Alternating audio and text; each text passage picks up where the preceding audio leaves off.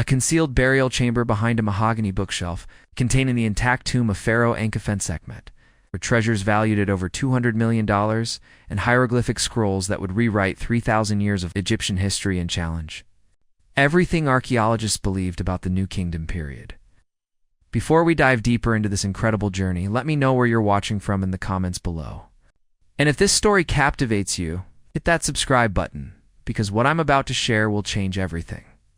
You think you know about hidden treasures and the power of taking chances when everyone else sees only failure? The winter of 2024 will forever be etched in my memory as the season that transformed me from a struggling single mother facing eviction into the guardian of one of the most significant archaeological discoveries of the 21st century.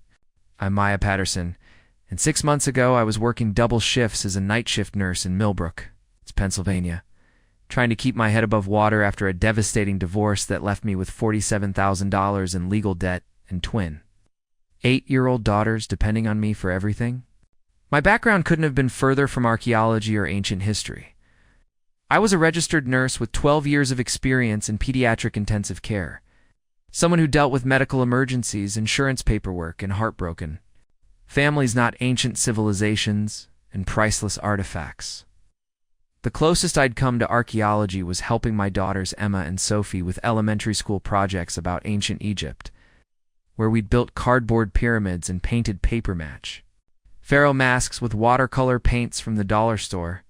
I'd become a nurse because I wanted to help people during their most vulnerable moments, to be the steady, competent presence that families could rely on when their children were hurt or scared.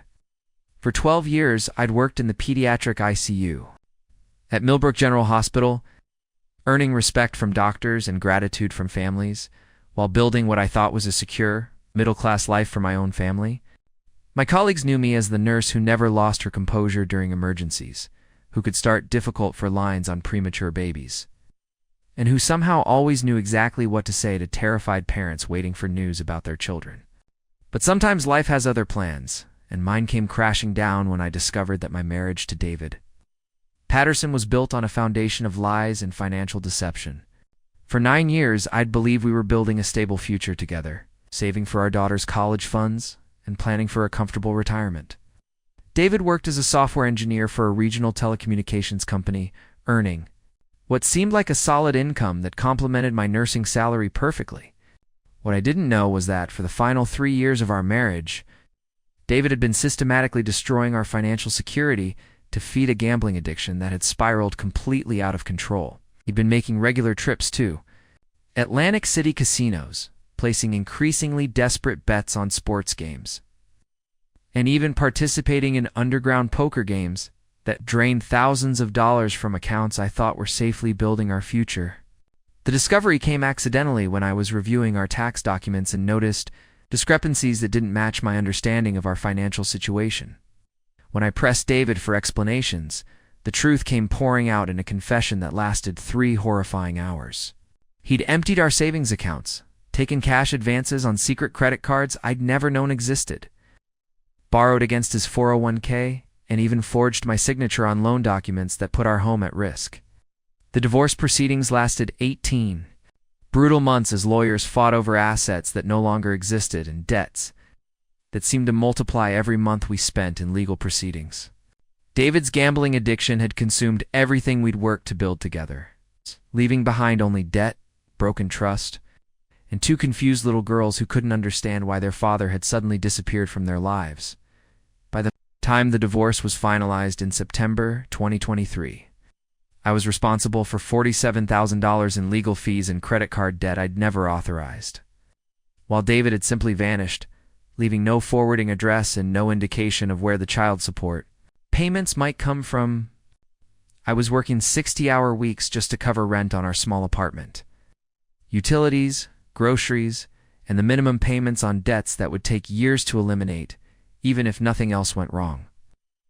Our apartment in Millbrook was supposed to be temporary, modest 2-bedroom rental while we looked for something more permanent and suitable for raising 2 active 8-year-olds.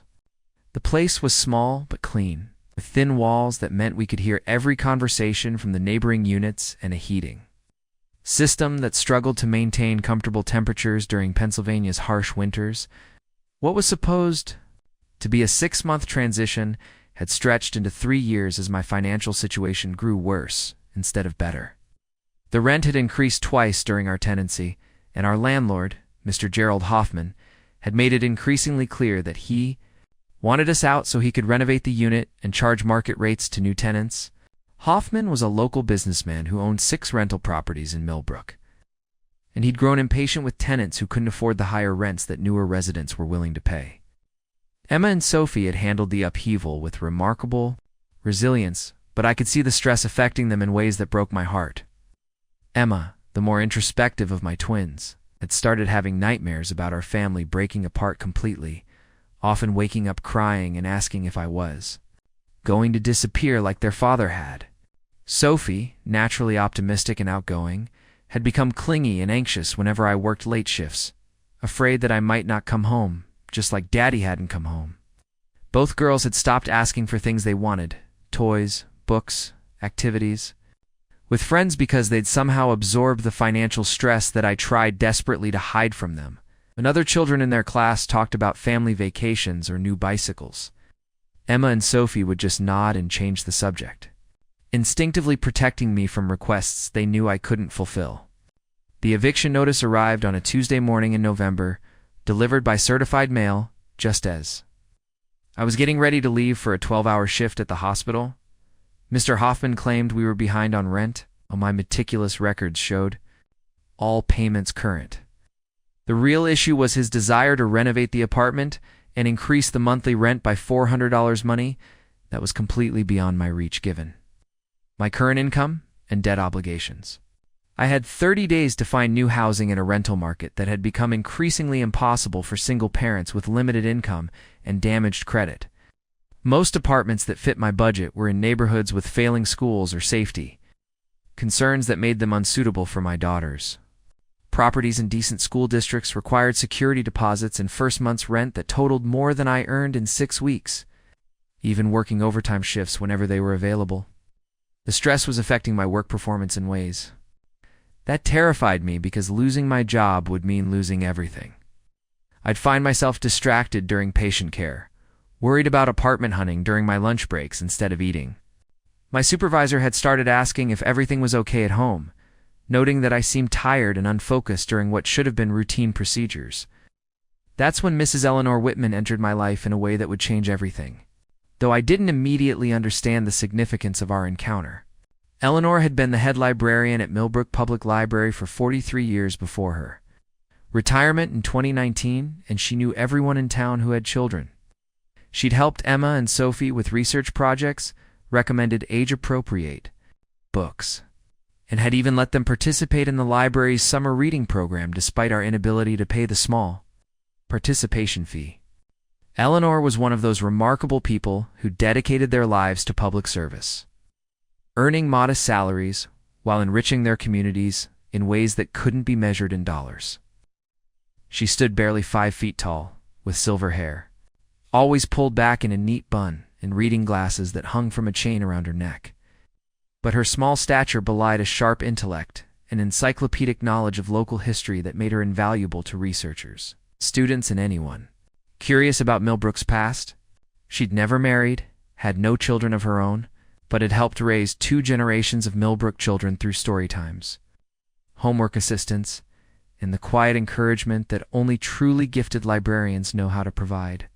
Eleanor had the remarkable ability to match exactly the right book to exactly the right child at exactly the right moment, somehow understanding what each young reader needed before they knew it themselves. When the town council voted to close the library in March 2024, citing budget constraints and declining usage as more people relied on digital resources, Eleanor had been devastated. She'd spent months trying to organize community support to keep the building open, writing letters to local newspapers, attending council meetings, and even starting a petition that gathered over 800 signatures from residents who valued the library's services. But the economics were insurmountable. Property taxes on the large Victorian building were over $8,000 annually. Utilities ran another $12,000. and insurance costs had tripled after a minor roof leak led to water damage in the building's historical records section. The town's budget simply couldn't support a facility that served fewer than 50 patrons per day, particularly when the county library system provided similar services 15 miles away. I'd seen Eleanor at the grocery store the week after. I received my eviction notice, looking frail and defeated in a way that was heartbreaking for someone who had always been such a pillar of strength in our community. She was standing in the produce section, holding a single apple and staring at it as if she'd forgotten why she'd picked it up. When she noticed me, her face brightened with the warm smile that had comforted countless children over the decades. When she asked about Emma and Sophie, I found myself confessing our housing situation. It's partially because she was such a good listener, and partially because I was desperate for any advice or connection that might help. Eleanor listened with the complete attention that made everyone feel heard and valued, occasionally nodding or asking gentle questions that helped me articulate fears I'd been trying to suppress. "Aye, dear," she'd said with the gentle authority that had made her beloved by generations of children. "I might know of something that could help your situation. It's unconventional, and it would require considerable courage on your part. But sometimes unconventional solutions are exactly what desperate situations demand." She'd explained about the upcoming auction of the library building scheduled for the first Tuesday in December. The town was selling the property to recoup some of the investment they'd made in renovations over the years.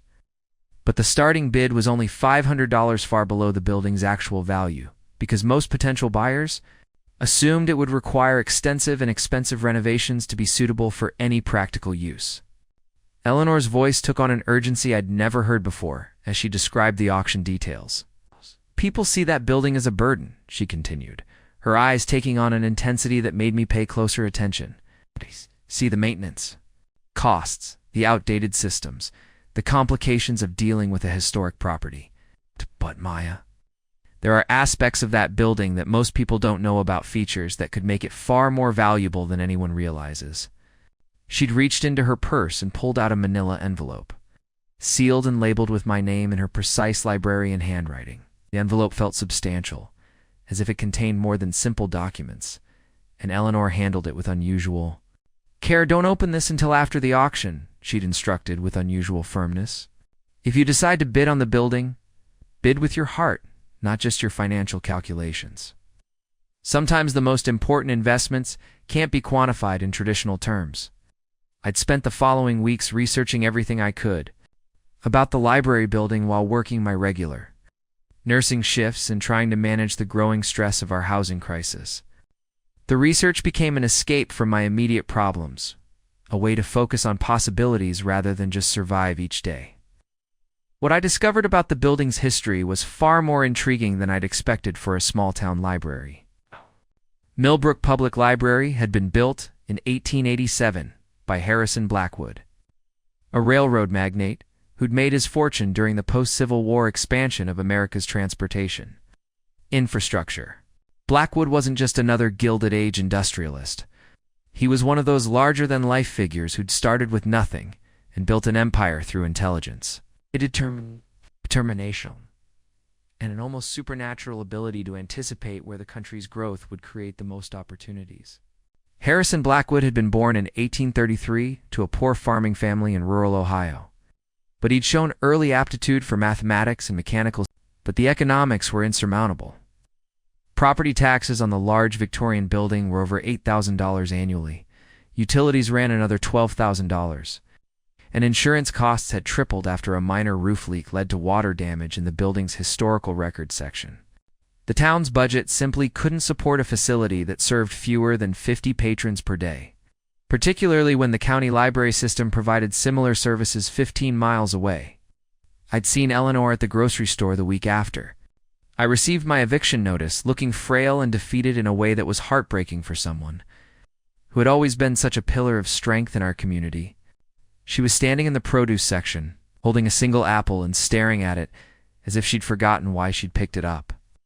When she noticed me, her face brightened with the warm smile that had comforted countless children over the decades. When she asked about Emma and Sophie, I found myself confessing our housing situation. It's partially because she was such a good listener, and partially because I was desperate for any advice or connection that might help. Eleanor listened with the complete attention that made everyone feel heard and valued, occasionally nodding or asking gentle questions that helped me articulate fears I'd been trying to suppress.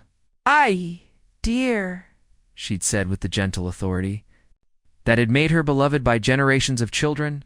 "I might know of something that could help your situation. It's unconventional, and it would require considerable courage on your part. But sometimes unconventional solutions are exactly what desperate situations demand." She'd explained about the upcoming auction of the library building scheduled for the first Tuesday in December. The town was selling the property to recoup some of the investment they'd made in renovations over the years. But the starting bid was only $500, far below the building's actual value, because most potential buyers assumed it would require extensive and expensive renovations to be suitable for any practical use. Eleanor's voice took on an urgency I'd never heard before as she described the auction details. "People see that building as a burden," she continued, her eyes taking on an intensity that made me pay closer attention. "See the maintenance costs, the outdated systems, the complications of dealing with a historic property. But Maya, there are aspects of that building that most people don't know about, features that could make it far more valuable than anyone realizes." She'd reached into her purse and pulled out a manila envelope, sealed and labeled with my name in her precise librarian handwriting. The envelope felt substantial, as if it contained more than simple documents, and Eleanor handled it with unusual care. "Don't open this until after the auction," she'd instructed with unusual firmness. "If you decide to bid on the building, bid with your heart, not just your financial calculations. Sometimes the most important investments can't be quantified in traditional terms." I'd spent the following weeks researching everything I could about the library building while working my regular nursing shifts and trying to manage the growing stress of our housing crisis. The research became an escape from my immediate problems, a way to focus on possibilities rather than just survive each day. What I discovered about the building's history was far more intriguing than I'd expected for a small-town library. Millbrook Public Library had been built in 1887 by Harrison Blackwood, a railroad magnate who'd made his fortune during the post-Civil War expansion of America's transportation infrastructure. Blackwood wasn't just another Gilded Age industrialist. He was one of those larger-than-life figures who'd started with nothing and built an empire through intelligence, a determination, and an almost supernatural ability to anticipate where the country's growth would create the most opportunities. Harrison Blackwood had been born in 1833 to a poor farming family in rural Ohio, but he'd shown early aptitude for mathematics and mechanical systems that set him apart from his peers. At age 16, he'd talked his way into a job as a telegraph operator for the Baltimore and Ohio Railroad, learning to maintain the complex equipment while mastering the communication protocols that kept trains running safely across vast distances. By age 25, Blackwood owned his first telegraph company, having recognized that reliable communication was even more valuable than transportation itself. He'd parlayed that insight into a business empire that eventually included controlling interests in 3 railroad companies, 2 telegraph systems, and a network of luxury hotels that served travelers along his transportation routes. But Harrison Blackwood had also been a scholar and world traveler, unusual among the industrial barons of his era for his genuine interest in history, archaeology, and ancient civilizations. He'd used his wealth to fund expeditions to Egypt, Greece, and the Holy Land during the 1870s and 1880s, when such travel was extraordinarily difficult and expensive, but also offered opportunities for acquisition that would be impossible in later, more regulated eras. But the economics were insurmountable. Property taxes on the large Victorian building were over $8,000 annually. Utilities ran another $12,000. And insurance costs had tripled after a minor roof leak led to water damage in the building's historical records section. The town's budget simply couldn't support a facility that served fewer than 50 patrons per day, particularly when the county library system provided similar services 15 miles away. I'd seen Eleanor at the grocery store. The plumbing was functional but featured galvanized pipes that were approaching the end of their useful life. Water pressure was inconsistent throughout the building, and several bathrooms showed signs of minor leaks that could become major problems, if not addressed promptly.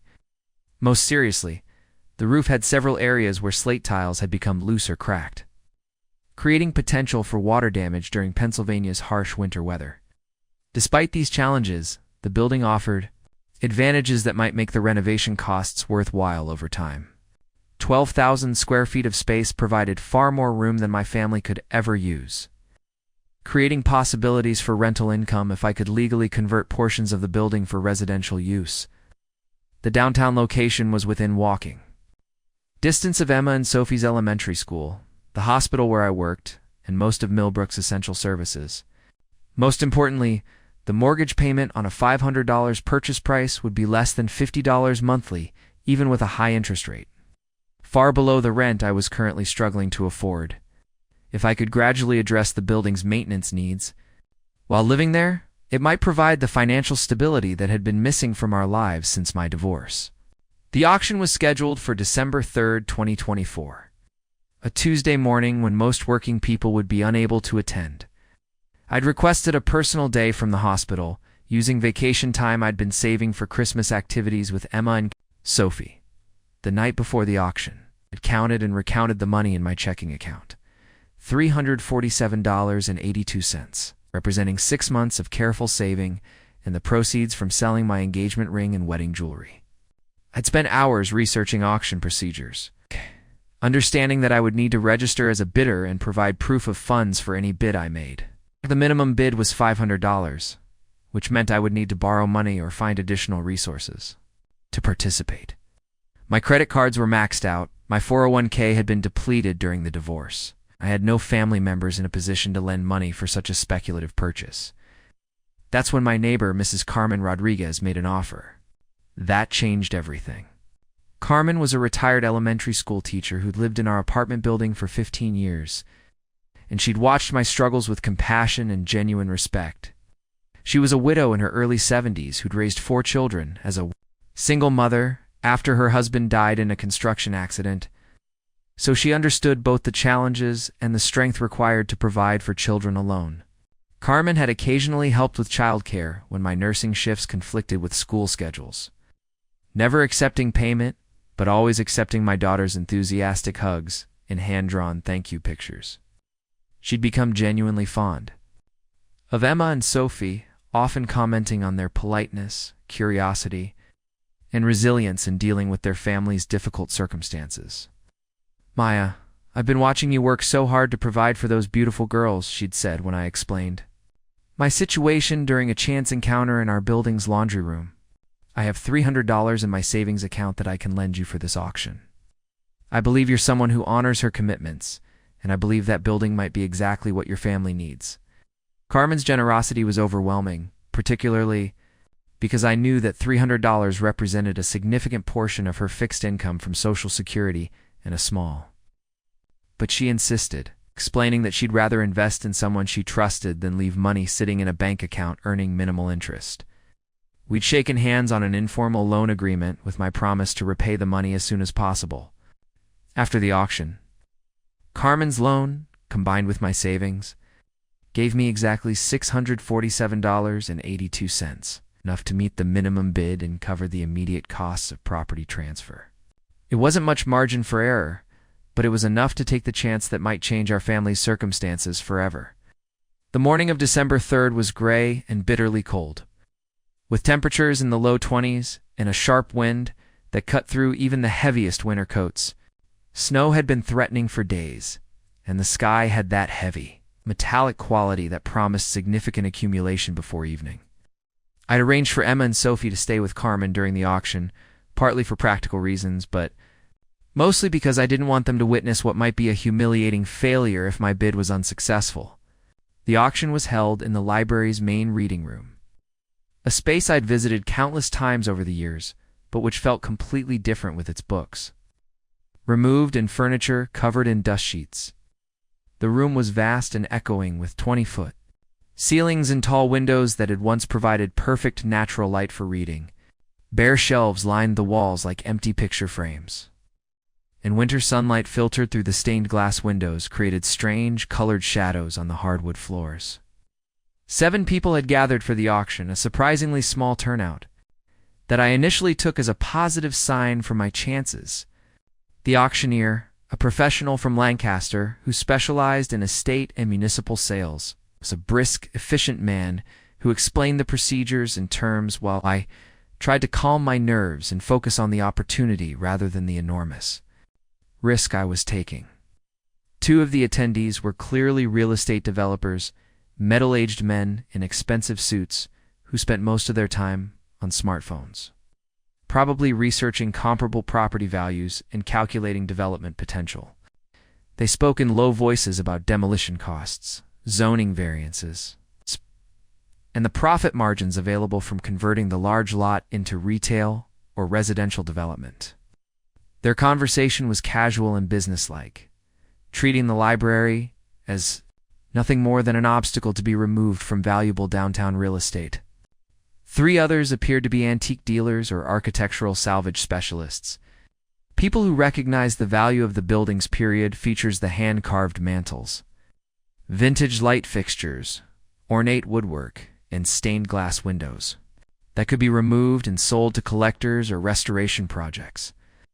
They moved through the building with measuring tapes and cameras, cataloging elements that could be profitably harvested before the structure was demolished. Mrs. Eleanor Whitman sat in the front row wearing her best winter coat and an expression of barely controlled emotion. She'd devoted 43 years of her life to this building, transforming it from a simple repository of books into a genuine community center where children learned to love reading. Adults found resources for personal growth, and families gathered for programs that enriched their lives. Now she was watching strangers evaluate it like a commodity, to be stripped for parts or demolished for convenience.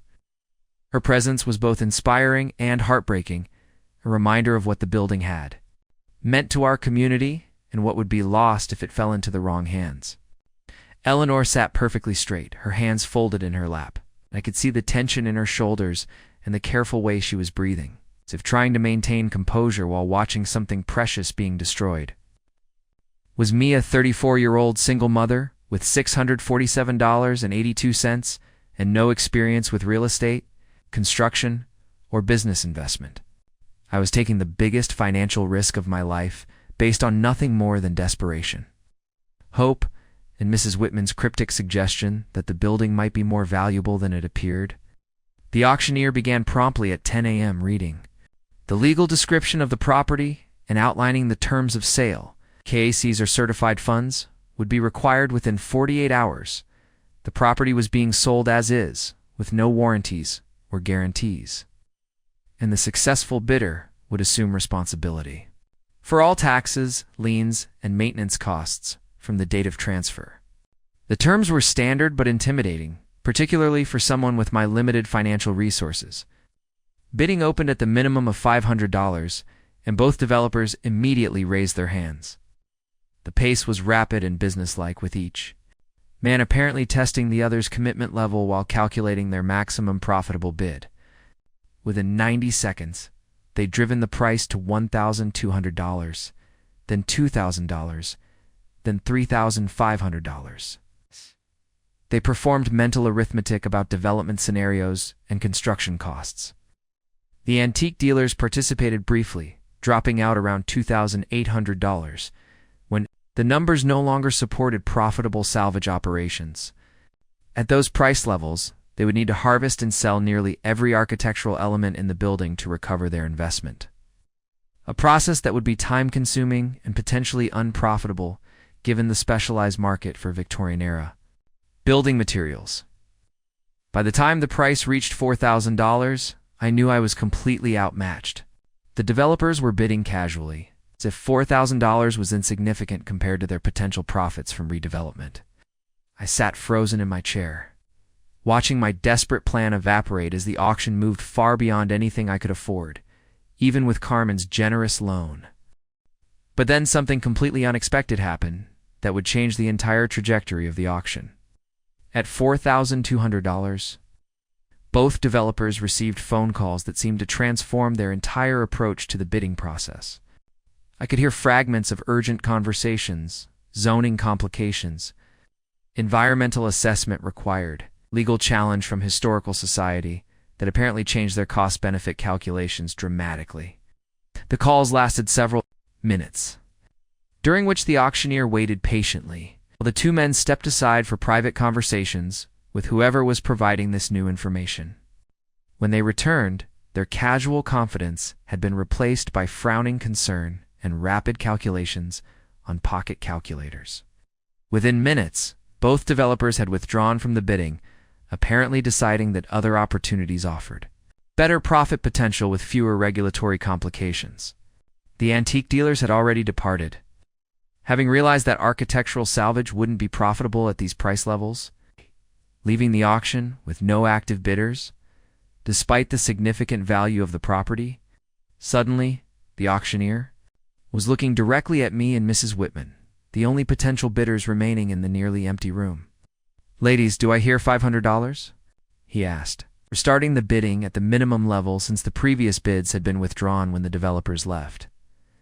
Mrs. Whitman looked at me with an expression that combined hope, encouragement, and something that might have been profound relief. She nodded slightly, as if giving me permission or encouragement to take the chance that could save the building she'd dedicated her life to preserving. My hand was shaking as I raised it. $500, I said, my voice barely audible in the cavernous reading room.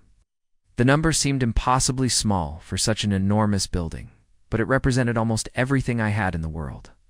The auctioneer waited the required time for competing bids, scanning the room for any other potential buyers. But none remained. Mrs. Whitman smiled, but didn't bid, apparently having attended not as a potential buyer, but as a witness to ensure. The building found an appropriate owner, going once, going twice, ... Sold to bidder number 7 for $500. The sound of that gavel hitting the podium was the most terrifying and exhilarating moment of my life. I had just committed to purchasing a 12,000 square foot historic building for less than the cost of a reliable used car. Using money I couldn't afford to lose, with no clear plan for making the investment successful, as I signed the purchase, documents with hands that wouldn't stop shaking, Mrs. Whitman approached with a warm smile and the manila envelope she'd given me weeks earlier. Along with the envelope, she pressed an ornate set of old brass keys into my hands, keys that looked like they belonged in a museum rather than in the pocket of a struggling single mother. "Maya, dear, I knew this building was waiting for someone exactly like you," she said, her voice filled with genuine warmth and something that might have been relief. "You're probably wondering what you've gotten yourself into, but this building has stories to tell, and I believe you're the person who's meant to hear them. Everything you need to understand your inheritance is in that envelope." The weight of the keys in my palm felt significant, as if they represented far more than simple access to a building. Eleanor's emphasis on the word inheritance seemed deliberately chosen, suggesting that I'd acquired something beyond real estate perhaps, responsibility or opportunity that she'd been protecting until the right person came along. Driving home with the deed to the Millbrook Public Library in my purse and Mrs. Whitman's mysterious envelope on the passenger seat, I felt simultaneously terrified and exhilarated. I'd just made the most impulsive and financially dangerous decision of my life, but for the first time in months, I felt like I'd taken control of my circumstances rather than simply reacting to crises. Emma and Sophie were waiting with Mrs. Rodriguez when I returned to our apartment, their faces bright with curiosity and excitement. They'd been speculating all morning about whether I would be successful, creating elaborate plans for how we might use such a large building. "Did you buy it, Mama?" Sophie asked, bouncing on her toes with the irrepressible energy that made her. But then something completely unexpected happened that would change the entire trajectory of the auction. At $4,200, both developers received phone calls that seemed to transform their entire approach to the bidding process. I could hear fragments of urgent conversations, zoning complications, environmental assessment required, legal challenge from historical society that apparently changed their cost-benefit calculations dramatically.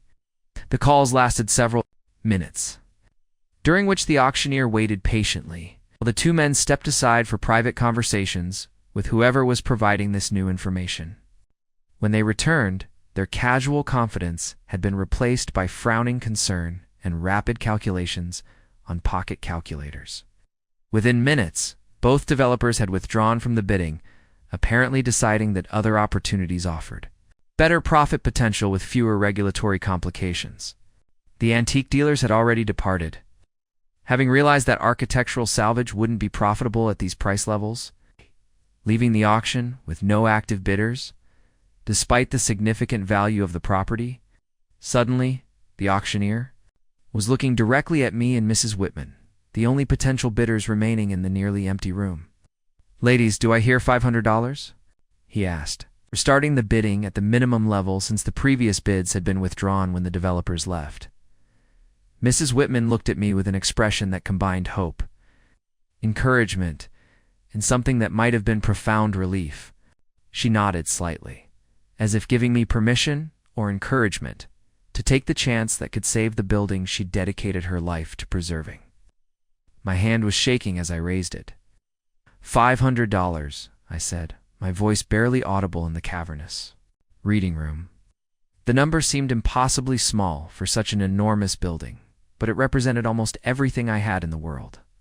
The auctioneer waited the required time for competing bids, scanning the room for any other potential buyers. But none remained.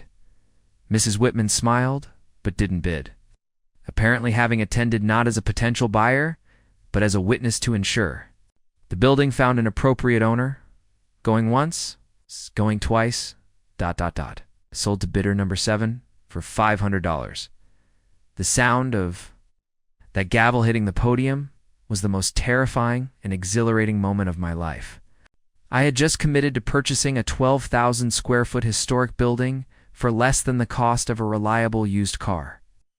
Using money I couldn't afford to lose, with no clear plan for making the investment successful, as I signed the purchase, documents with hands that wouldn't stop shaking, Mrs. Whitman approached with a warm smile and the manila envelope she'd given me weeks earlier.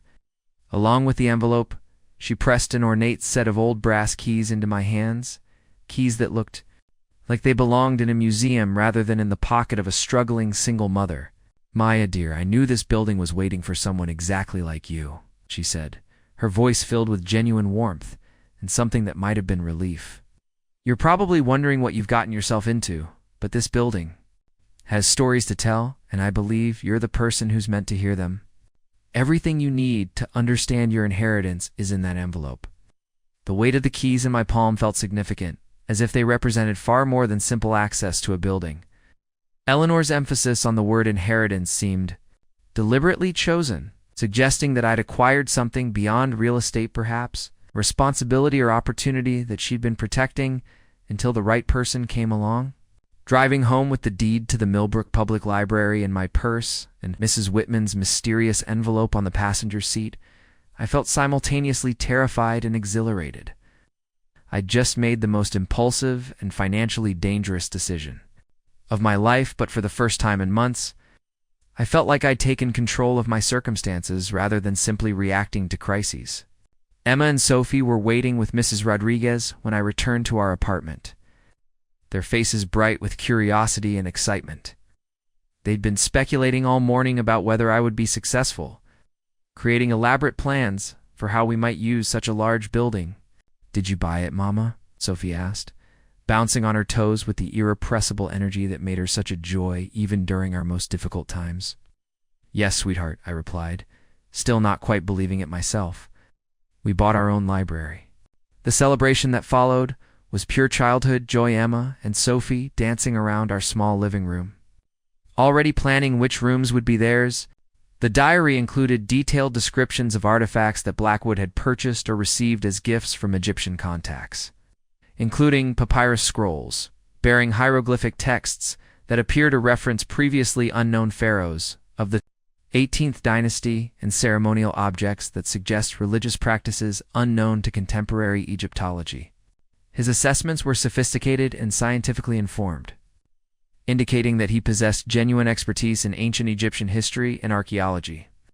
But perhaps most remarkably, Blackwood's diary suggested that he'd discovered evidence of a pharaoh whose existence had been deliberately erased from official Egyptian records, References to Ankh-ef-en-Sekhmet appeared throughout his later entries, describing this ruler as someone who challenged the religious establishment during the New Kingdom period and whose tomb had been hidden to prevent its discovery by authorities, who wanted his memory eliminated from Egyptian history. According to Blackwood's research, Ankh-ef-en-Sekhmet had ruled for approximately 7 years during the 14th century BCE, implementing religious reforms that threatened the power of established priesthoods. His reign had ended in mysterious circumstances, and subsequent pharaohs had systematically removed his name from monuments and official records. The artifacts that Blackwood claimed to have acquired suggested that this pharaoh's supporters had preserved evidence of his accomplishments in a secret burial chamber that remained hidden for over 3 millennia. The implications were staggering if Blackwood's claims were accurate. Professional Egyptologists had long suspected that political and religious conflicts during the New Kingdom period had resulted in the deliberate erasure of certain rulers from official records, but they'd never found physical evidence to support these theories. If Blackwood had actually acquired materials related to a previously unknown pharaoh, their historical and archaeological value would be beyond calculation. But Blackwood's diary also revealed his growing concern about the security and preservation of his collection. Political instability in Egypt during the 1880s had made artifact acquisition increasingly difficult and dangerous, while changing international attitudes toward archaeological preservation were beginning to restrict the export of ancient materials. Blackwood realized that his collection might represent the last opportunity to preserve certain artifacts outside their country of origin. His solution was characteristically sophisticated and forward-thinking, rather than creating a private museum that might be vulnerable to theft, political upheaval, or family disputes after his death. Blackwood decided to hide his collection within a public institution that could provide security, environmental controls, and permanent preservation. The Millbrook Public Library would serve its stated educational purpose, while secretly protecting treasures that might otherwise be lost to future generations. The engineering required for this dual purpose was remarkable, even by modern standards. Blackwood's correspondence with architect Samuel Morrison detailed the creation of hidden chambers with precisely controlled environments, accessible only through concealed mechanisms that required specific knowledge to operate. These spaces were designed to remain undiscovered during routine building maintenance while providing the preservation conditions necessary for ancient papyrus, wood, and metal artifacts. The construction process had required extraordinary secrecy and coordination. Workers were organized into specialized teams that completed different aspects of the hidden facilities without understanding the overall purpose of their work. Stone masons built concealed passages believing they were creating emergency exits. Carpenters installed hidden mechanisms thinking they were security features for protecting valuable books and manuscripts. Only Morrison and a small group of trusted craftsmen understood the complete scope of what they were building. These individuals had signed confidentiality agreements that Blackwood enforced through generous compensation and the implicit threat of legal action if they revealed details about the project. Several had worked on similar projects for other wealthy collectors, creating a network of craftsmen who specialized in concealing valuable collections within seemingly ordinary buildings. The financial investment required for these hidden features was enormous, even by the standards of Gilded Age wealth. Blackwood's personal financial records, which Eleanor had somehow obtained from historical archives, show that he'd spent over $125,000 on the library project, nearly 3 times the official construction cost, additional expense covered. Specialized materials, expert labor, and the complex mechanical systems required for long-term preservation of ancient artifacts. But Blackwood's planning extended far beyond simple construction and preservation. His correspondence revealed a sophisticated understanding of legal structures that would protect his collection across multiple generations. He'd established a trust fund that would provide for the library's maintenance indefinitely, while creating legal mechanisms that would eventually allow for the proper revelation and study of his hidden collection when circumstances became appropriate. The trust documents, written in deliberately obscure legal language, included provisions for the eventual discovery and scholarly examination of historical materials housed within the library facility. When qualified researchers possess the knowledge and technology necessary for proper stewardship, Blackwood had essentially created a time capsule with built-in mechanisms for its own revelation when the academic world was ready to properly appreciate and preserve what he'd collected. More remarkably, Blackwood had anticipated that his collection might remain hidden for decades or even centuries before being discovered. His planning included detailed instructions for authentication procedures, conservation protocols, and scholarly research methodologies that wouldn't be developed until the 20th century. He'd somehow understood that future generations would possess scientific techniques that could extract far more information from ancient artifacts than was possible with 1880s technology. The legal framework he'd created was designed to ensure that any eventual discovery would result in proper academic study rather than private sale or government confiscation.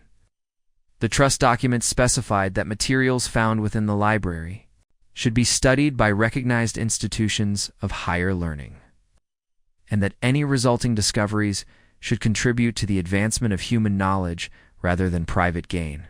Blackwood had essentially donated his collection to future scholarship, while maintaining complete secrecy about its existence.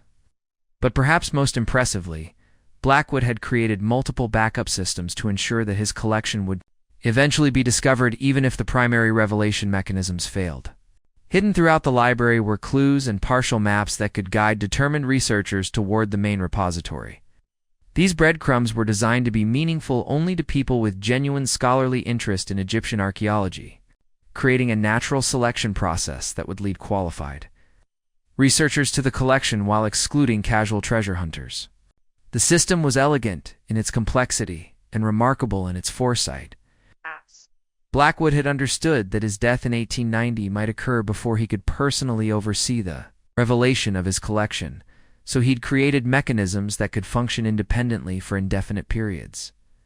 The library could serve its public purpose for decades or centuries, while secretly preserving treasures that would revolutionize archaeological understanding when they were eventually discovered. Eleanor's documentation revealed that she'd gradually uncovered these systems during her 43 years as head librarian. Her meticulous notes showed how she'd first noticed unusual architectural features during routine maintenance projects, then gradually pieced together their purpose through careful research and observation. Egyptian travels and historical records connected these travels to the unusual construction features, and eventually realized that the library contained hidden chambers that had never been properly explored. But Eleanor had also understood the enormous responsibility that came with this knowledge. As a professional librarian, the diary included detailed descriptions of artifacts that Blackwood had purchased or received as gifts from Egyptian contacts, including papyrus scrolls bearing hieroglyphic texts that appear to reference previously unknown pharaohs of the 18th dynasty and ceremonial objects that suggest religious practices unknown to contemporary Egyptology. His assessments were sophisticated and scientifically informed. Her decision to entrust this information to me was the result of careful observation and assessment that had begun months before the library's closure. Eleanor had watched my interactions with Emma and Sophie during their library visits, noting my respect for books and learning, my careful handling of historical materials, and my obvious dedication to my daughter's education, despite our family's financial struggles. More importantly, Eleanor had recognized qualities in me that suggested I might be capable of handling the enormous responsibility that came with Blackwood's legacy. She'd observed my nursing career, understanding that healthcare professionals develop the kind of systematic thinking, attention to detail, and ethical commitment required for protecting irreplaceable resources. She'd also noted my obvious intelligence and curiosity, qualities that suggested I might be capable of learning the specialized knowledge required for archaeological preservation.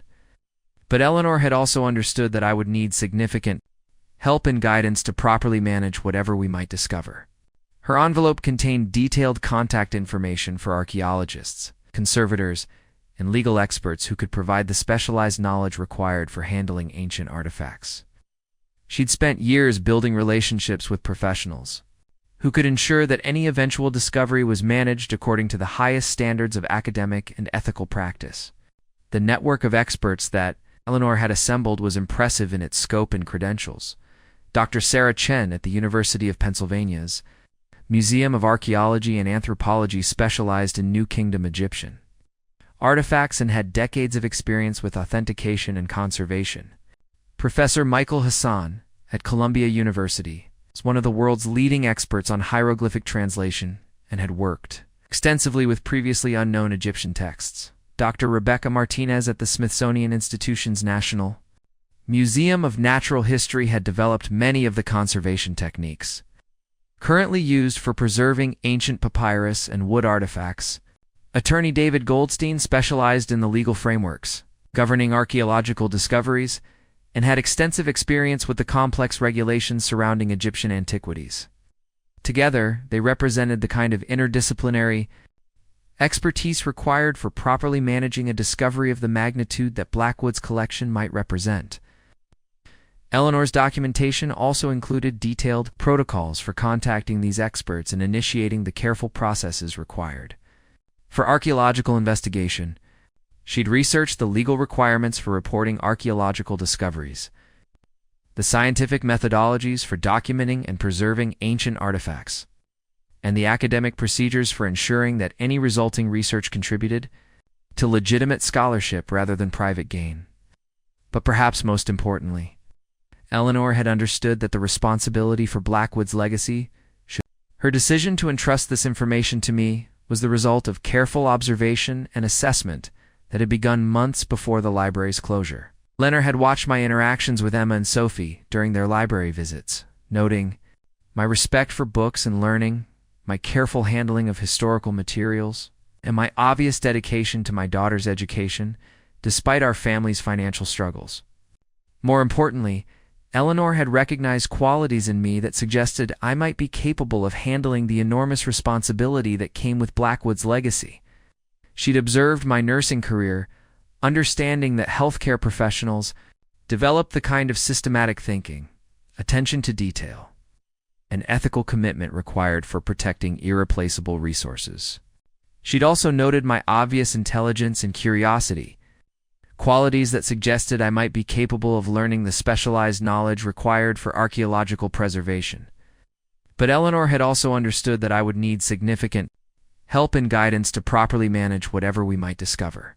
Her envelope contained detailed contact information for archaeologists, conservators, and legal experts who could provide the specialized knowledge required for handling ancient artifacts.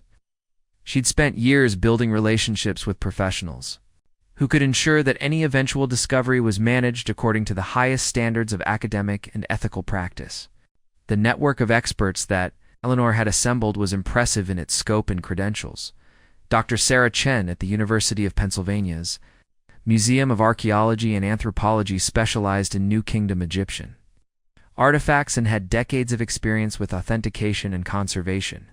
Professor Michael Hassan at Columbia University is one of the world's leading experts on hieroglyphic translation and had worked extensively with previously unknown Egyptian texts. Dr. Rebecca Martinez at the Smithsonian Institution's National Museum of Natural History had developed many of the conservation techniques currently used for preserving ancient papyrus and wood artifacts. Attorney David Goldstein specialized in the legal frameworks governing archaeological discoveries and had extensive experience with the complex regulations surrounding Egyptian antiquities. Together, they represented the kind of interdisciplinary expertise required for properly managing a discovery of the magnitude that Blackwood's collection might represent. Eleanor's documentation also included detailed protocols for contacting these experts and initiating the careful processes required. For archaeological investigation, she'd researched the legal requirements for reporting archaeological discoveries, the scientific methodologies for documenting and preserving ancient artifacts, and the academic procedures for ensuring that any resulting research contributed to legitimate scholarship rather than private gain. But perhaps most importantly, Eleanor had understood that the responsibility for Blackwood's legacy should fall to someone who would approach it with the appropriate combination of curiosity, caution, and respect for historical preservation. Her assessment of my character and capabilities had convinced her that I possessed the integrity and intelligence required for handling whatever secrets the library might contain. Her letter, included at the end of the envelope, explained her reasoning in terms that were both flattering and sobering. Maya, she'd written in her precise librarian handwriting, I have watched you navigate extraordinary challenges with grace, intelligence, and unwavering commitment to your daughter's welfare. These qualities convince me that you possess the character required for stewarding Harrison Blackwood's legacy in ways that honor both his vision and the academic principles that should guide archaeological research. She continued, the responsibility I am placing in your hands extends far beyond property ownership. If my research is correct, you have inherited guardianship of materials that could reshape our understanding of ancient Egyptian history. This inheritance comes with obligations to ensure that any discoveries contribute to human knowledge rather than personal gain, and that proper conservation protects these materials for future generations. Eleanor's letter made clear that she expected me to approach any exploration of the building's secrets with appropriate caution and professional guidance. She emphasized that amateur investigation could irreparably damage artifacts that had survived for millennia, and that the legal and academic complexities surrounding Egyptian antiquities required expert navigation to avoid serious complications. But she also expressed confidence that I would rise to meet these responsibilities, citing my nursing career as evidence of my ability to learn complex procedures, work effectively with experts, and maintain the highest ethical standards when dealing with irreplaceable resources. Her assessment was both encouraging and intimidating, suggesting that she viewed me as capable of handling challenges far beyond anything I'd previously encountered. The final document in Eleanor's envelope was a hand-drawn map of the library, building that showed areas I'd never seen during my casual visits over the years. The map indicated hidden passages behind bookshelves, concealed storage areas beneath the main floor, and what appeared to be a completely separate chamber accessible only through a complex sequence of hidden mechanisms. The level of detail suggested that Eleanor had spent years carefully exploring and documenting these features. Most intriguingly, the map included notations about environmental conditions in different areas of the building. Temperature and humidity readings indicated that certain hidden spaces maintained precisely controlled conditions suitable for preserving organic materials, while other areas appeared to be designed for storing metal and stone artifacts. Sophistication of the environmental controls was remarkable for a building constructed in the 1880s, suggesting that Blackwood had invested in preservation technology that was decades ahead of its time. The map also showed what appeared to be a central chamber, larger than the other hidden spaces, with notations suggesting that it contained primary collection and major art. The more I learned about Harrison Blackwood's planning and Eleanor Whitman's decades of preparation, the more I realized that my accidental purchase of the library building might not have been accidental at all. The confluence of circumstances that had led to my successful bid, the developer's sudden withdrawal, the minimal competition, Eleanor's mysterious guidance, suggested that forces beyond my understanding had been working to ensure that Blackwood's legacy fell into appropriate hands, whether through coincidence, careful planning, or something approaching destiny. I had become the guardian of one of the most sophisticated archaeological preservation projects ever attempted by a private collector. The question now was whether one possessed the wisdom, courage, and determination required to honor both Blackwood's vision and Eleanor's trust, while ensuring that any discoveries contributed to human knowledge in ways that justified the extraordinary faith they'd placed in my capabilities. Sitting in my small apartment with my sleeping daughters nearby and the deed to a mysterious library building in my purse, I realized that my life had just taken a turn that would either lead to the most extraordinary discovery of the modern era or to the most expensive mistake a desperate single mother had ever made. The only way to find out which would be to take the first careful steps into the hidden world that Harrison Blackwood had spent his fortune creating and that Eleanor Whitman had spent her lifetime protecting. The adventure that would transform my family's circumstances and potentially reshape archaeological understanding was about to begin. Though I couldn't yet imagine the incredible journey that lay ahead or the international attention that would soon focus on our small Pennsylvania town and the remarkable secrets hidden beneath its quiet streets. The morning after reviewing Eleanor's documents, I woke to a reality that seemed impossible to reconcile with my ordinary life as a single mother and pediatric nurse.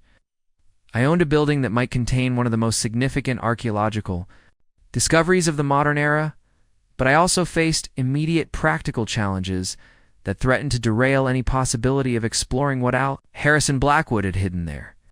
Sometimes the greatest discoveries come at the worst possible times. And the next few weeks would test whether I could navigate multiple crises simultaneously while protecting secrets that had remained hidden for over a century. The first crisis emerged before I'd even had my morning coffee. A certified letter from the Millbrook Township Planning Commission informed me that my newly purchased library building would require comprehensive inspection and code compliance certification before it could be legally occupied as a residence.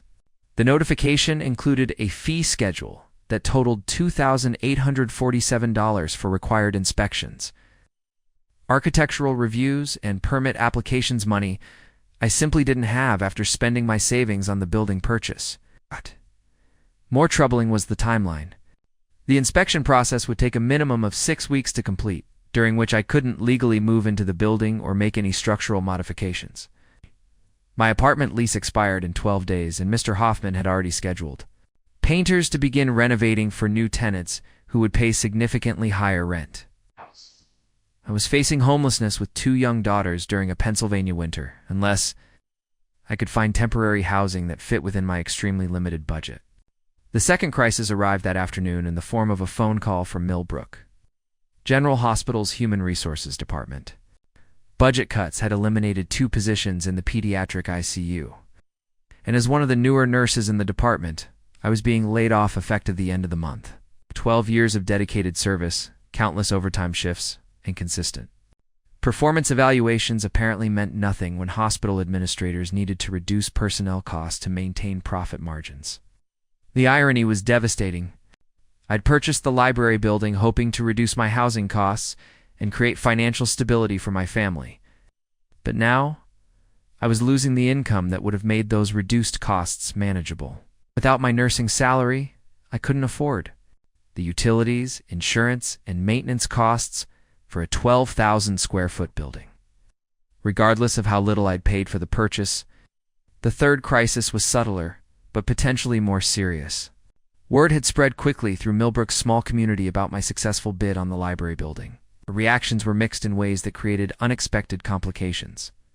Some residents were pleased that the building had been purchased by someone who appreciated its historical significance rather than developers who would demolish it for profit. But others questioned whether a single mother with limited resources could properly maintain such a significant property. More concerning were the questions being raised about the auction process itself. Several people were openly wondering why both developers had suddenly withdrawn their bids, leaving the building to sell for far below its assessed value. Local businessman Gerald Torres, who owned a construction company that had been hoping to profit from the building's demolition, was suggesting that irregularities in the auction process should be investigated by town officials. These concerns reached the ears of Mayor Patricia Williams, who had been dealing with criticism about the decision to sell the library building rather than finding alternative funding to keep it operating. Williams was a practical politician who understood that controversial decisions could affect her re-election prospects. She was increasingly uncomfortable with questions about why such a valuable property had sold for such a minimal amount. The mayor's office scheduled a meeting with me for the following Friday, ostensibly to discuss my plans for the building and ensure that I understood my obligations as the owner of a historically significant property. But the tone of the letter suggested that Williams was considering whether the sale should be reviewed or potentially reversed if irregularities were discovered in the bidding process. The fourth crisis was more personal, but equally threatening to my ability to explore the building's secrets. Emma and Sophie were excited about moving into our library, but they were also confused and anxious about the major changes happening in our lives. Emma's nightmares had returned with increased intensity, and she'd started asking detailed questions about our financial situation that, demonstrated she understood more about our struggles than I'd realized. Sophie's response was different, but equally concerning. She'd become obsessed with the idea that our new home would solve all our family's problems, creating unrealistic expectations that I couldn't possibly fulfill. She'd started telling her classmates elaborate stories about our mansion with thousands of books, creating social pressures, disappointments that would be difficult to manage when reality proved less magical than her imagination. Both girls were also asking increasingly sophisticated questions about their father's absence and whether the stress of our housing situation might cause me to disappear like he had. Their awareness of our vulnerability was heartbreaking and added emotional pressure to an already overwhelming situation. I needed to provide stability and security for my daughters while somehow managing the complex challenges of my new property. Ownership. The fifth crisis emerged from an unexpected direction. When I received a call from the insurance company that had provided coverage for the library building, during its final years of municipal ownership, the policy had been canceled effective the date of sale, leaving me responsible for obtaining new coverage for a building that presented unusual risks and challenges for insurance underwriters. The building's age, size, and historical designation created complications that most residential insurance companies weren't equipped to handle. The few insurers willing to provide coverage quoted annual premiums between $8,400 and $12,600 amounts that exceeded my total monthly income even when I was still employed. Without insurance, I couldn't legally occupy the building or qualify for utility connections, creating another barrier to actually using the property I'd purchased. More problematically, the insurance company's risk assessments revealed potential liability issues I hadn't considered. As the owner of a building that had served the public for 135 years, I might be responsible for addressing environmental contamination, structural defects, or safety hazards that had accumulated over more than a century of operation. The potential costs for remediation could easily exceed the building's purchase price, creating financial obligations that would bankrupt my family. The sixth crisis was perhaps the most ironic. My desperate research into the building's insurance and safety requirements led me to discover that several areas of the structure had been classified as inaccessible during recent safety inspections. These areas, which I now realized corresponded to the hidden chambers marked on Eleanor's map, couldn't be legally occupied until they were properly inspected and certified as safe for habitation. The inspection requirements meant that any exploration of the building's secrets would need to be conducted under official oversight, potentially exposing Blackwood's hidden collection before I could properly prepare for such a monumental discovery. The bureaucratic processes designed to ensure building safety threatened to reveal archaeological treasures to unprepared officials, who might not understand their significance or handle them with appropriate care. But the most serious crisis was one I hadn't anticipated: the emotional and psychological impact of carrying such an enormous secret while managing multiple other emergencies. Eleanor's documentation had revealed that I might be the guardian of materials that could revolutionize archaeological understanding. But I couldn't share this knowledge with anyone who might be able to help me navigate the practical challenges I was facing. The isolation was overwhelming. Every conversation about my building purchase felt like a minefield where I had to carefully avoid mentioning the most significant aspects of what I'd inherited. Well-meaning friends and colleagues offered advice about renovating old buildings, managing rental properties, and dealing with municipal bureaucracies. But none of their suggestions addressed the unique challenges of secretly preserving potential archaeological treasures while maintaining the appearance of normal home ownership. The weight of responsibility was equally daunting. If Eleanor's research was accurate, I was responsible for protecting materials that had survived for over 3 millennia and represented irreplaceable links to ancient Egyptian civilization, but I was also responsible for providing immediate shelter and security for my 8-year-old daughters, managing unemployment and potential homelessness, and navigating legal and bureaucratic requirements that could expose or endanger the very treasures I was supposed to protect. Sleep became impossible as I lay awake, calculating and recalculating financial scenarios. that might allow me to keep the building while meeting my family's immediate needs. Every potential solution created new problems or required resources I didn't possess. Selling the building would solve my immediate financial crisis but would betray Eleanor's trust and potentially result in the destruction of priceless archaeological materials. Keeping the building would require finding income and resources that seemed impossible to obtain within the timeframes I was facing. The stress was affecting my physical health in ways that concerned me as a healthcare professional. I'd lost 12 pounds in 2 weeks, developed persistent headaches, and found myself making minor medical errors during my final shifts at the hospital. Mistakes that could have serious consequences in pediatric intensive care. My supervisor had noticed the changes and suggested that I consider taking time off to address whatever personal issues were affecting my performance. But taking time off wasn't an option when I needed every dollar I could earn before my employment ended. I was working overtime shifts whenever possible, picking up extra hours in different departments, and even considering taking a second job that would provide additional income after my hospital position ended. The physical and emotional exhaustion was making it increasingly difficult to think clearly about the complex decisions I needed to make. The financial calculations were particularly depressing. Even if I could find another nursing position immediately, which was unlikely in Millbrook's limited job market, my salary would be insufficient to cover the building's operating costs while maintaining basic living expenses for my family. Property taxes alone were over $8,000 annually. Utilities would cost at least $12,000 yearly for such a large building, and insurance premiums would consume another $10,000 if I could find coverage at all. Renovation costs presented an even more daunting challenge.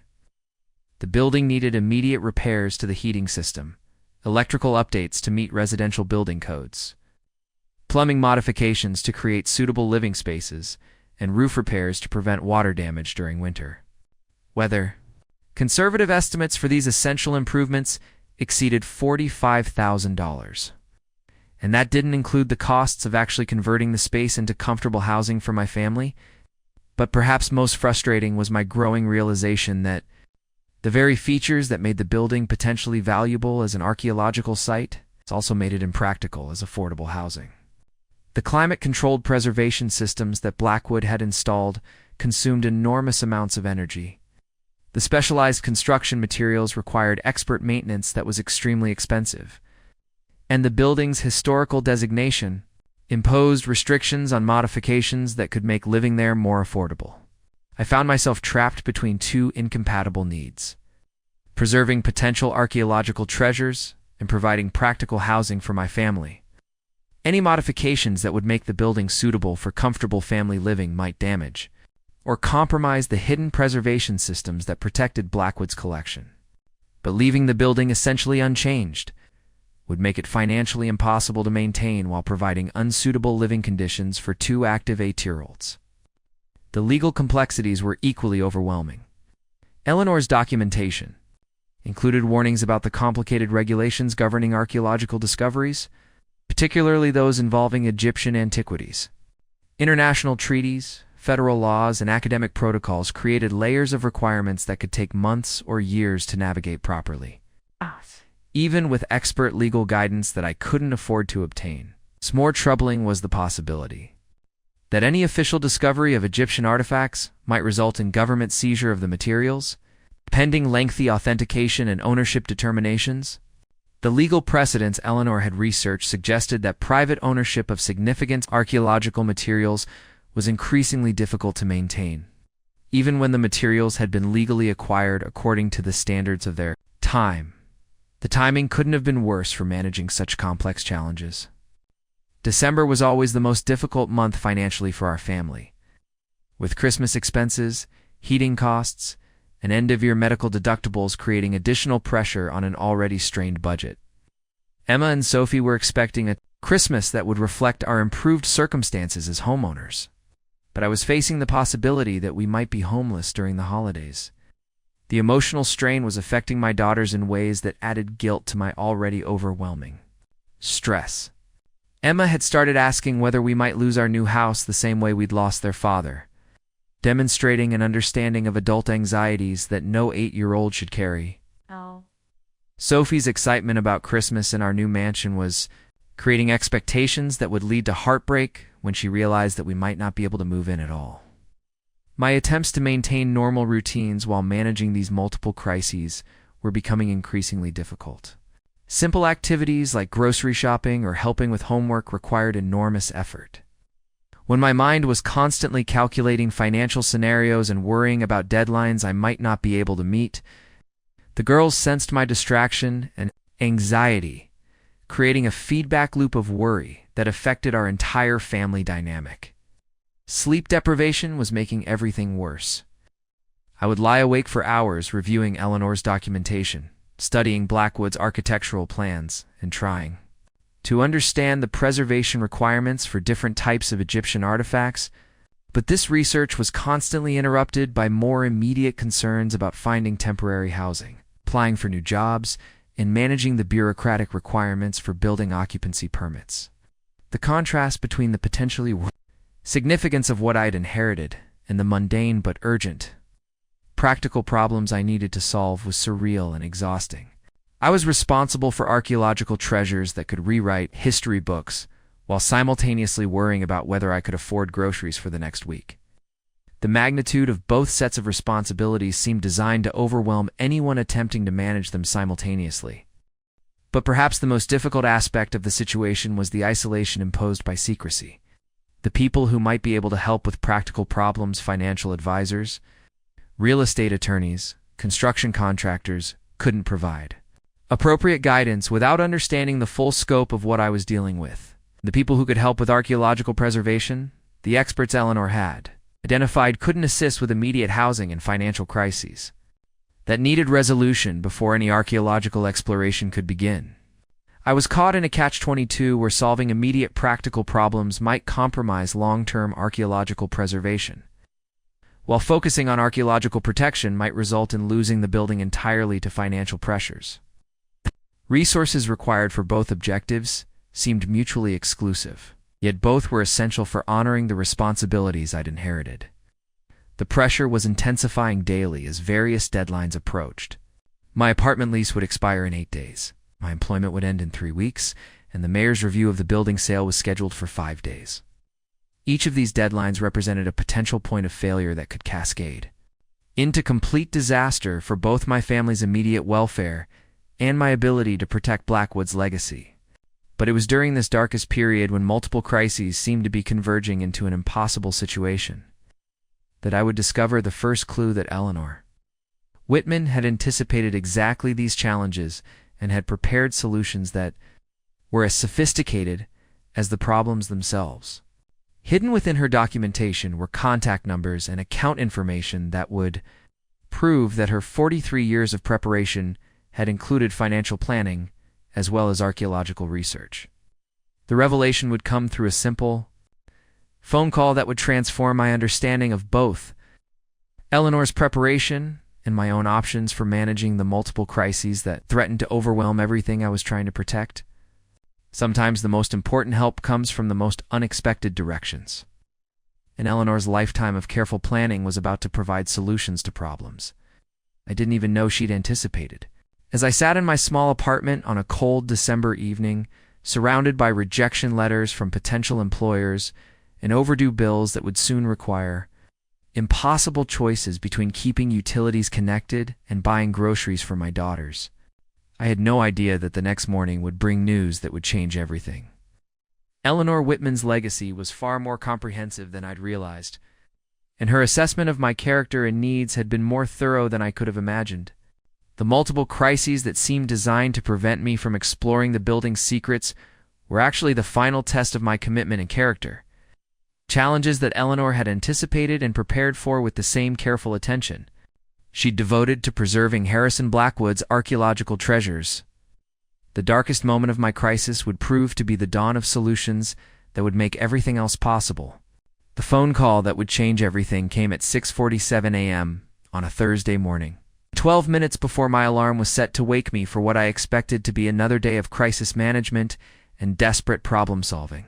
A caller identified herself as attorney Margaret Chen from the law firm of Chen Rodriguez and Associates in Philadelphia, and she was calling about what she described as The Eleanor Whitman Trust and your recent acquisition of the Millbrook Public Library building? I was immediately suspicious, assuming this was somehow connected to the mayor's investigation into the auction process, or perhaps legal challenge to my ownership of the building. My experience with lawyers during my divorce had left me deeply wary of unexpected legal contacts, particularly when they involved properties or financial matters I couldn't afford to defend. But Attorney Chen's tone was warm and professional, rather than adversarial, and her first words were reassuring rather than threatening. "Miss Patterson, please don't be concerned," she said, apparently sensing my anxiety. "I'm calling with good news about resources that Mrs. Whitman established to support whoever eventually acquired stewardship of Harrison Blackwood's legacy. She anticipated that the person chosen for this responsibility might face significant financial and practical challenges, and she made provisions to address those challenges." Margaret Chen explained that Eleanor had established a comprehensive trust fund over 30 years ago, using inheritance money from her own family combined with careful investments and the proceeds from selling historical documents to museums and universities. The trust was specifically designed to support whoever eventually discovered and took responsibility for preserving the archaeological materials that Harrison Blackwood had hidden within the library building. The financial resources available through the trust were staggering. Eleanor had accumulated nearly $2.8 million over 3 decades, with the funds invested conservatively but successfully to ensure they would be available when needed. The trust documents specified that these resources could be used for building preservation, archaeological research, expert consultation, and reasonable living expenses for the guardian and family during the initial preservation and study period. But more importantly, Margaret Chen represented a network of professionals that Eleanor had carefully assembled to provide expert guidance for exactly the situation I was facing. The attorney specialized in archaeological law and had extensive experience with the complex regulations governing Egyptian antiquities, international cultural property agreements, and the legal frameworks required for legitimate scholarly research involving ancient artifacts. Within hours of that first phone call, my entire world transformed. The crushing financial pressures that had threatened to destroy everything I'd worked to build were replaced by resources and support that exceeded my wildest hopes.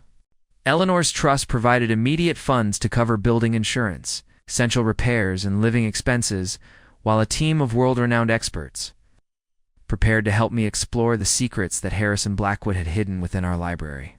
Dr. Sarah Mitchell from the University of Pennsylvania arrived in Millbrook 3 days later, accompanied by Dr. James Harrison from Columbia University and Dr. Rebecca Santos from the Smithsonian Institution. These weren't just any archaeologists. They were among the world's leading experts in Egyptian antiquities. And Eleanor had been preparing them for this discovery for over 15 years. Dr. Mitchell was a woman in her early 50s with prematurely gray hair and the kind of intense focus that suggested complete dedication to her field. Her approach to our situation was both professional and deeply respectful of my family's needs. Maya Eleanor showed me copies of Harrison Blackwood's diary and architectural plans several years ago, she explained during our first meeting in the library's main reading room. If his claims are accurate, we could be looking at the most significant private collection of New Kingdom artifacts ever assembled. The preliminary investigation began immediately, with the experts using sophisticated ground-penetrating radar and thermal imaging equipment to map the building's hidden chambers without disturbing any potential artifacts. What they discovered exceeded even Eleanor's most optimistic assessments. The library contained not just one concealed room, but an entire network of climate-controlled preservation chambers that had been maintaining optimal conditions for over 135 years. The main chamber, located behind the ornate mahogany bookshelf in what had been the library's rare books section, was accessed through a mechanism so sophisticated that it had remained undetected throughout the building's long history. The bookshelf itself was mounted on hidden pivots activated by a sequence of specially marked books that needed to be pulled in a specific order, based on dates significant to Ankh-ef-en-Sekhmet's reign. When Dr. Mitchell finally activated the mechanism on a cold February morning, With Emma and Sophie watching in amazement from what they considered a safe distance, the massive bookshelf swung inward to reveal a passage that had been sealed since Harrison Blackwood's death in 1890. The air that emerged was clean and properly humidified, evidence that Blackwood's preservation systems had functioned perfectly for over a century. The chamber beyond was like stepping into an ancient Egyptian tomb that had been preserved in perfect condition. Climate-controlled display cases lined the walls, containing artifacts that glittered with gold inlay and precious stones, even in the artificial lighting that Dr. Santos had carefully arranged to avoid any damage from sudden exposure. But it was the centerpiece of the collection that caused Dr. Mitchell to gasp audibly and Dr. Harrison to immediately begin photographing. Everything was specialized equipment. In the center of the chamber stood a golden sarcophagus, smaller than the massive coffins associated with major pharaohs like Tutankhamun, but exquisitely crafted and covered with hieroglyphic inscriptions that Dr. Harrison recognized immediately. "This is authentic New Kingdom workmanship," he whispered, his voice filled with professional excitement and reverence. "Know those cartouches? They're definitely spelling out Ankh-ef-en-Sekhmet." The sarcophagus contained the mummified remains of the pharaoh himself, along with grave goods that provided unprecedented insights into religious practices during one of ancient Egypt's most turbulent periods. But perhaps more valuable than the physical artifacts were the papyrus scrolls that Blackwood had preserved in specially designed climate-controlled cases. These documents, written in hieroglyphic and hieratic scripts, contain detailed accounts of Ankh-ef-en's religious reforms and the applicable political conflicts that had led to his assassination and the systematic erasure of his memory from official esporal records. Dr. Harrison's preliminary translation of the scrolls revealed that Ankh-ef-en-Sekhmet had attempted to democratize religious practices that had previously been restricted to elite priesthoods, threatening the economic and political power of established temple systems. His reforms had included allowing common people direct access to religious texts and rituals, redistributing temple wealth to support public works projects, and challenging the divine authority claims of competing claimants to the throne. The assassination plot that ended his reign had been orchestrated by a coalition of displaced priests and rival royal family members, who had then spent decades systematically removing his name from monuments and official records. The scrolls provided names, dates, and detailed descriptions of these cover-up efforts, offering historians unprecedented insight into the political dynamics of New Kingdom, Egypt. But the discovery's significance extended far beyond ancient history. Authentication procedures conducted by Dr. Santos and independent laboratories confirmed that the materials were genuine artifacts from the 14th century BCE, making them among the oldest and most complete royal burial collections ever discovered.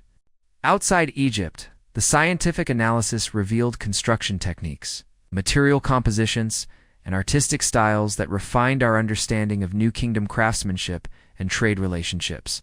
The international implications were equally significant. The Egyptian Ministry of Tourism and Antiquities, working through diplomatic channels that Margaret Chen had carefully established, recognized the discovery as a legitimate archaeological find that had been properly preserved and studied according to international protocols. Rather than demanding repatriation, Egyptian officials proposed a collaborative research agreement that would allow the collection to remain in the United States while ensuring that Egyptian scholars could participate in ongoing research. Millbrook Public Library was officially designated as a UNESCO World Heritage Site, with funding provided for its permanent conversion into a research center and museum dedicated to New Kingdom Egyptian studies.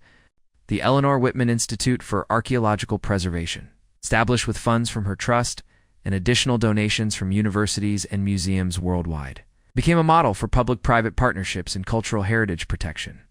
But perhaps most remarkably, the discovery transformed our family's circumstances in ways that honored both Eleanor's vision and my responsibilities as a single mother.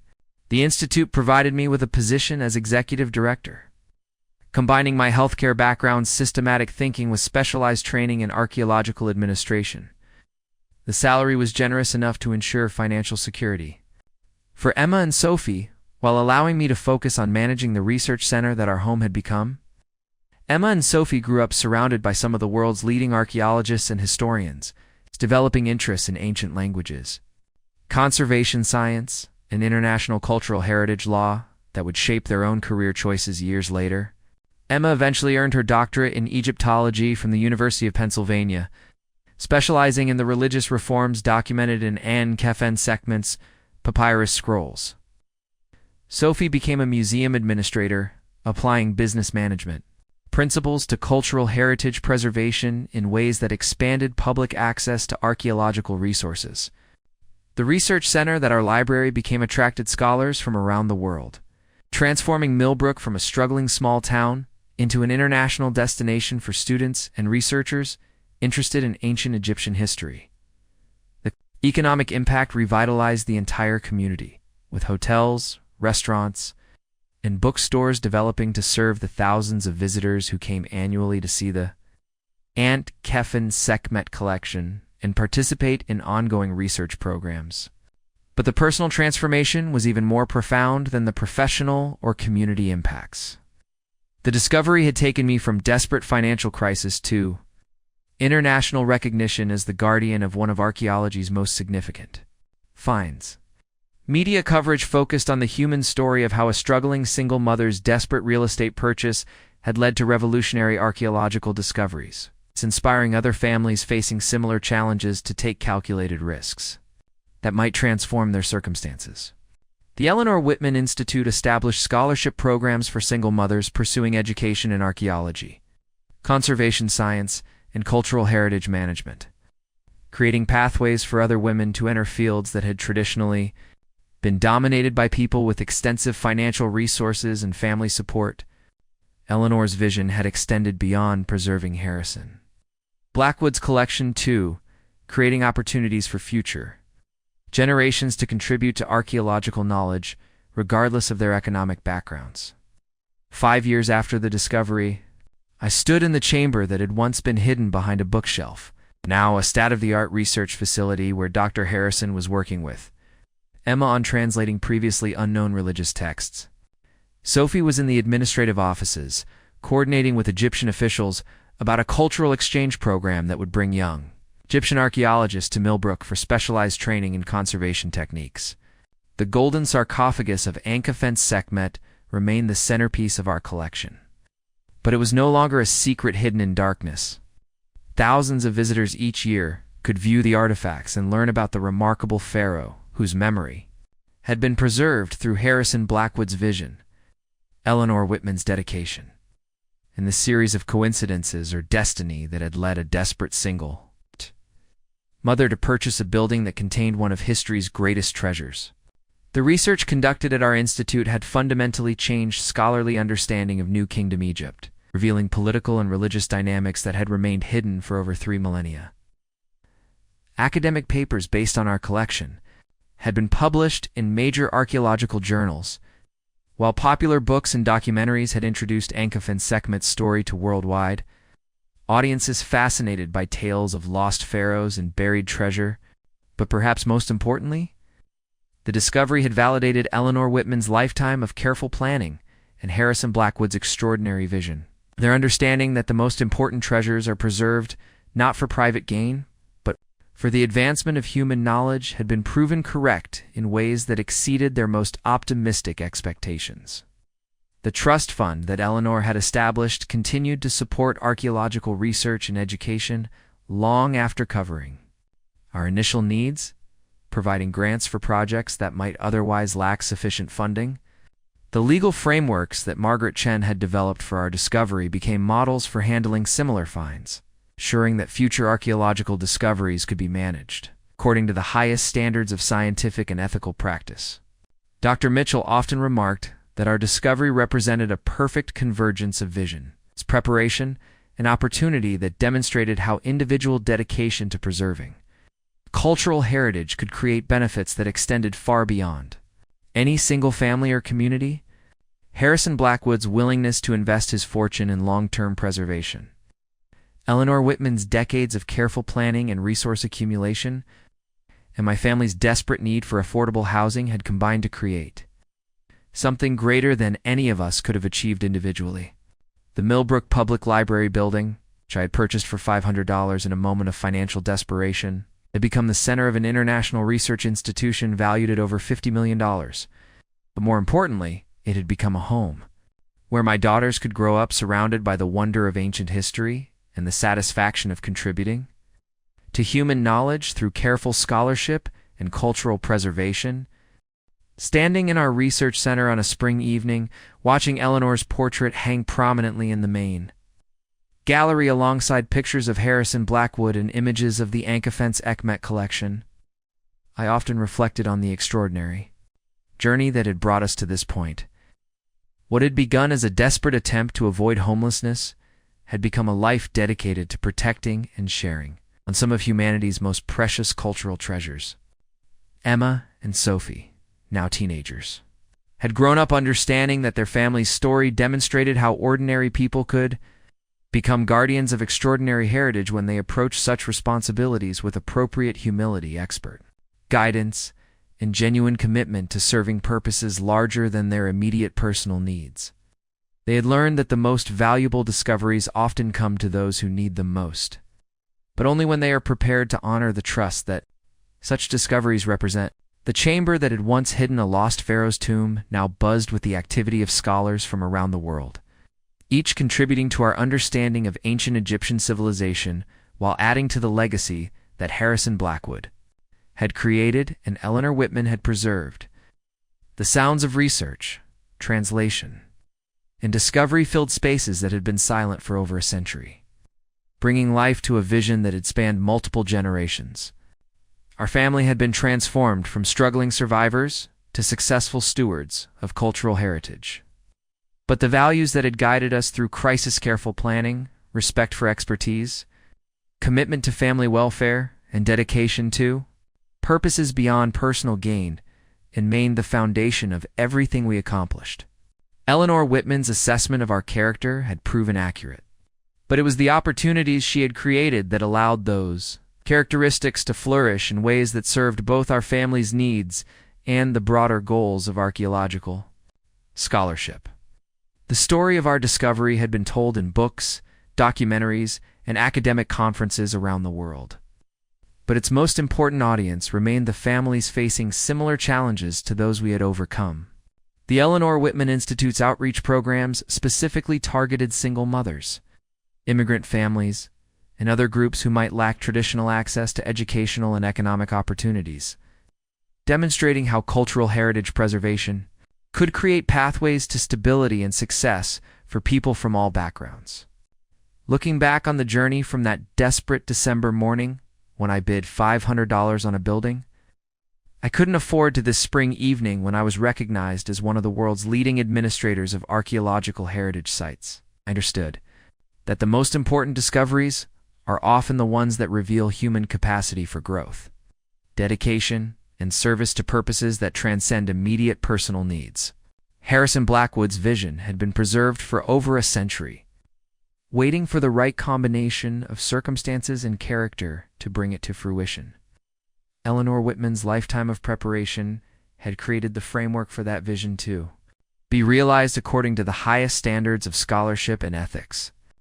And my family's desperate need had provided the catalyst that transformed hidden treasure into shared heritage, creating benefits that would serve human knowledge and cultural understanding for generations to come. The Millbrook Public Library, which had once been scheduled for demolition to make way for a shopping center, had become a symbol of how individual vision and dedication could preserve irreplaceable cultural resources, while creating opportunities for people who might otherwise never have access to such treasures.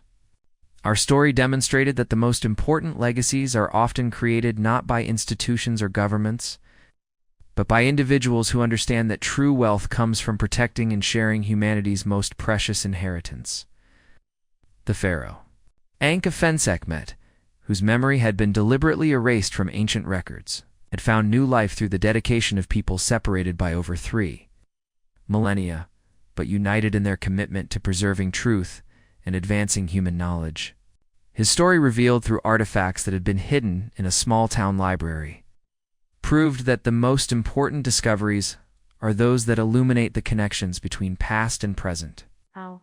demonstrating how human struggles for justice, knowledge, and recognition transcend the boundaries of time and culture. As I walked through the research center that had once been our desperate refuge, passing scholars working late into the evening on projects that would advance our understanding of ancient civilization, I felt the profound satisfaction that comes from knowing that individual acts of courage and faith can create benefits that extend far beyond anything their authors could have imagined. Eleanor Whitman's trust in my character had been repaid through discoveries that honored her vision while ensuring that Harrison Blackwood's extraordinary legacy would serve human knowledge for generations to come. The $500 library that had once represented my family's last hope had become the foundation for a new life. It's dedicated to preserving and sharing humanity's most precious cultural treasures. But more importantly, it had taught us that the greatest discoveries often come not to those who seek them, but to those who are prepared to honor the responsibilities that such discoveries represent, ensuring that individual good fortune becomes shared heritage that benefits all humanity. Up next, you've got two more standout stories right on your screen. If this one hit the mark, you won't want to pass these up. Just click and check them out. And don't forget to subscribe and turn on the notification bell so you don't miss any upload from us.